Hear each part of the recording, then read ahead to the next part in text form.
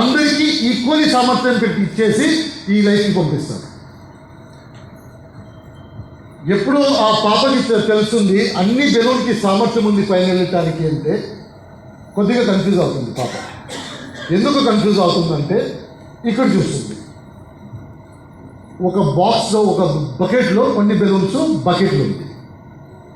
ఆ పాప అడుగుతుంది, అంకుల్ మీరేం చెప్పారు, అన్ని బెలూన్కి పైన వెళ్ళటానికి సామర్థ్యం ఉంది అని చెప్పారా లేదా?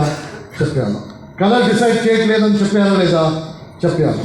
అన్ని బెలూను పైన వెళ్ళొచ్చు, సామర్థ్యం ఉంది ఈక్వల్లీ. ఈ బెలూన్ ఏం చేస్తుంది బకెట్ లోపల? ఇప్పుడు బకెట్ లోపల ఎందుకు ఉంది? పైన వెళ్ళాలి కదా.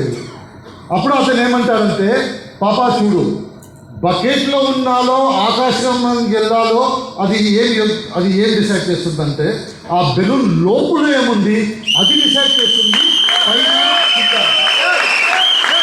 అలాగే మన జీవనంలో మనం బకెట్లో ఉన్నాలో ఆకాశంకి వెళ్ళాలో ఏం డిసైడ్ చేస్తుందంటే ఆకలి ఎంత నుండి అది డిసైడ్ చేస్తుంది. మన జీవనము బకెట్లో ఉంటుందో లేకపోతే ఆకాశం వెళ్తుందో అని. లైఫ్లో ఎప్పుడు భగవంతుడు చాయిస్ ఇస్తారు.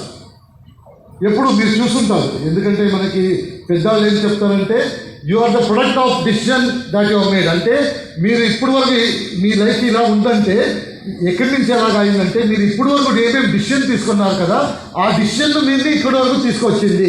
It could be good, it could be bad. Wrong decision అవ్వచ్చు, రైట్ డిసిషన్ అవ్వచ్చు.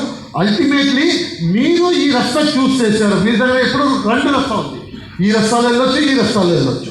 మీరు చిన్నప్పటి నుంచి మీరు డిసైడ్ చేశారు ఈ రస్తా వద్దు ఇక్కడ వెళ్తాను, ఈ రస్తా వద్దు ఇక్కడ వెళ్తాను అని చెప్పేసి మీరు డిసిషన్ తీసుకొని. So you are the result of the decision you are made. మీరు ఈరోజు మీరు ఇక్కడ ఉన్నారంటే, లైఫ్లో ఇక్కడ ఉన్నారంటే, ఫైనాన్షియల్లీ మీరు ఇక్కడ ఉన్నారంటే, ఈ లైఫ్లో మీరు ఏమేమి డిసిషన్ తీసుకుంటారో అది రిజల్ట్. ఇప్పుడు ఏమేమి డిసిషన్ తీసుకున్నారో దట్ ఈస్ ద రిజల్ట్. మీరు ఇక్కడ ఉన్నారు అని చెప్పేసి లైఫ్లో